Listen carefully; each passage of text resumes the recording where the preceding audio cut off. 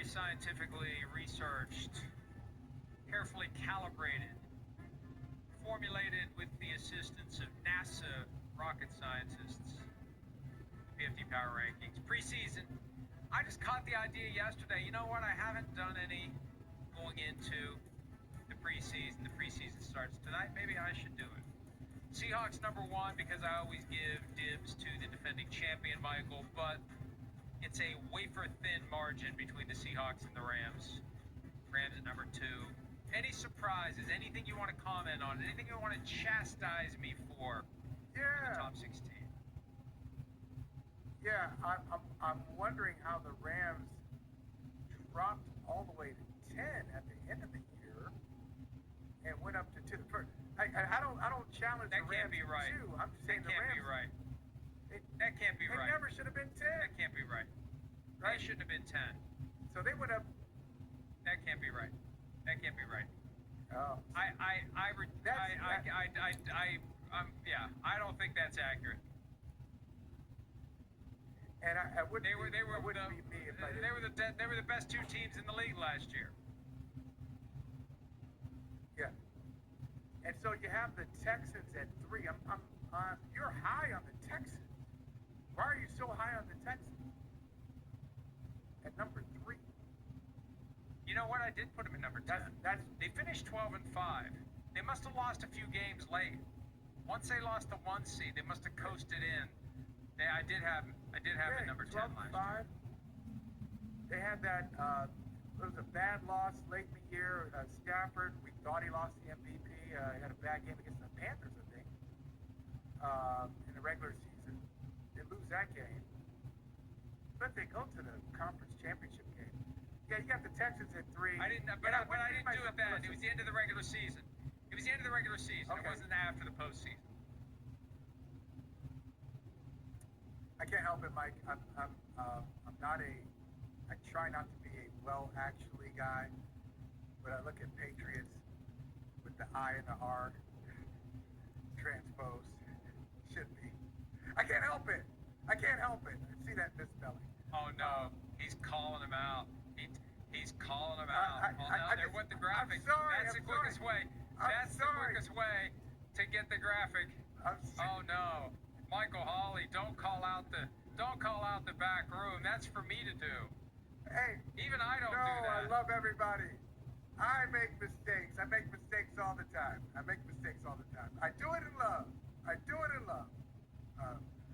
But tell me about it. In all seriousness, tell me about the Texans at 3. I don't think you probably have the Texans ranked higher than anybody else who is doing these power rankings.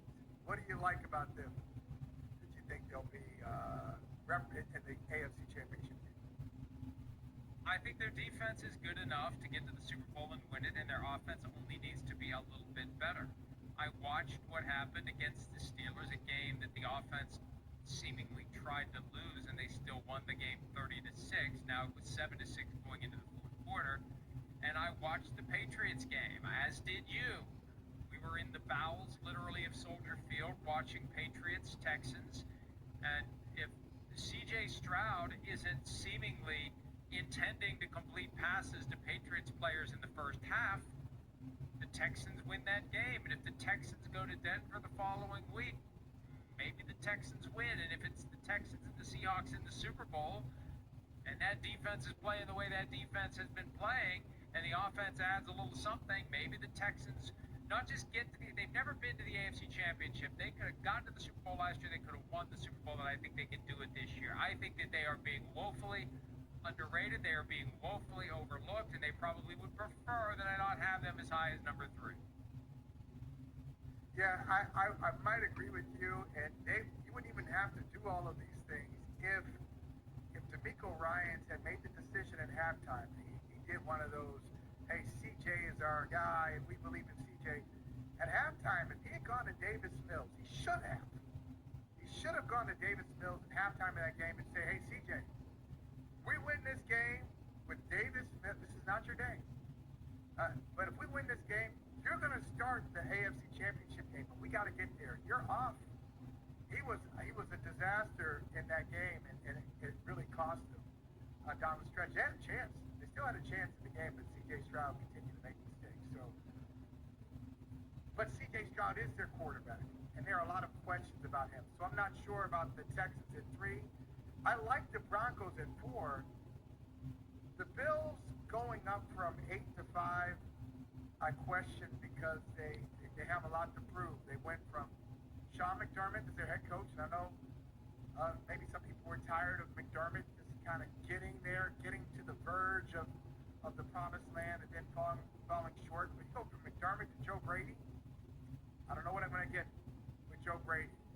Upgrade your receiving core with DJ Moore, a guy that Chicago was not disappointed to see go. He did not thrive in Ben Johnson's offense. Everybody's supposed to get better in a Ben Johnson offense. He didn't. So I don't know about Buffalo. The Patriots dropping from 2 to 7. That's a pretty precipitous drop for a team that added to its receiving core A.J. Brown and Romeo Doubs. So those are my big questions. You got the Bengals going way up. It's going to be a tougher schedule this year for the Patriots.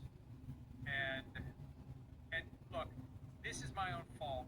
I should have noticed last night, and I should have processed. The final ranks are misleading because they aren't final. It's the end of the regular season. So I would have said, if I had noticed this, let's just not do that because it's going to send the wrong message. At the end of the regular season, the Patriots are number 2. If I had done one after they had been splattered by the Seahawks in the Super Bowl, they probably would have been lower than number 2. Post-tournament, last year, it would have been 1 Seahawks, 2 Rams. Post-tournament. So there's some influence of how it ended last year and where it stands this year. Yeah. But, yeah. And maybe I should. The thing is, after the Super Bowl, nobody cares anymore. We've crowned a champion. Nobody cares about how the 32 teams interlock after. It's always a looking forward. Where are we right now? When the season has fully ended, we don't care. And really, after the regular season, there's no point in doing them. I think we just did them because we had a sponsorship obligation, and I probably didn't want to do them after the regular season ended. But, we got to get paid. All right. Let's look at the back half. I do. Real quick, I'll say this. I would put the Rams 1 and the Seahawks 2. Even though they won the Super Bowl, I put the Rams at number 1. The Seahawks did. They are a Super Bowl team that lost a lot. So I think the Rams going to the season are the best team. Well, and I should drop them to number 2 because they signed Terrion Arnold. That's enough. That's enough to close the gap. Because it just speaks to a do they get it vibe.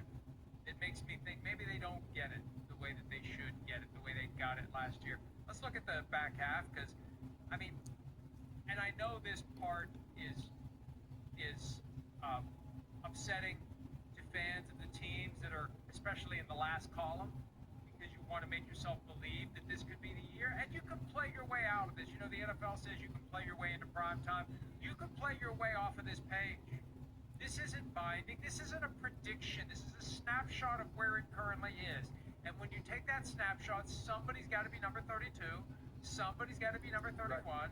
Somebody's got to be number 30. It's not going to be a 32-way tie for number 1, as other shows would characterize it. They're all great. They're all awesome. The glass is half full for everyone. They're all going to go 13 and 4. No, that's not how it works. And right now, Cardinals, to me, given the division they're in, given their talent, given the roster, given the schedule, they're number 32. And I apologize. Yeah. And anyone, prove me wrong, Cardinals. Prove me wrong, Raiders. Prove me wrong, Browns. That's where you are right now. Mike, I agree with the 30s. 32, 31, 30, no issue. My only issue is at 29. Because I've got a great Italian dinner waiting for me in West Virginia, staked on this, that the Jets are better than the Dolphins. The Dolphins are not better than the Jets, Mike Florio. I'm telling you that right now. But other than that, and maybe I think you got the Commanders with the healthy Jake Daniels. Jake Daniels focused on Washington and not focused on Baton Rouge. I think they're going to be out of the 20s and probably into the teens. Well, the Jaden Daniels escapade yesterday did cause them probably to fall a spot or 2.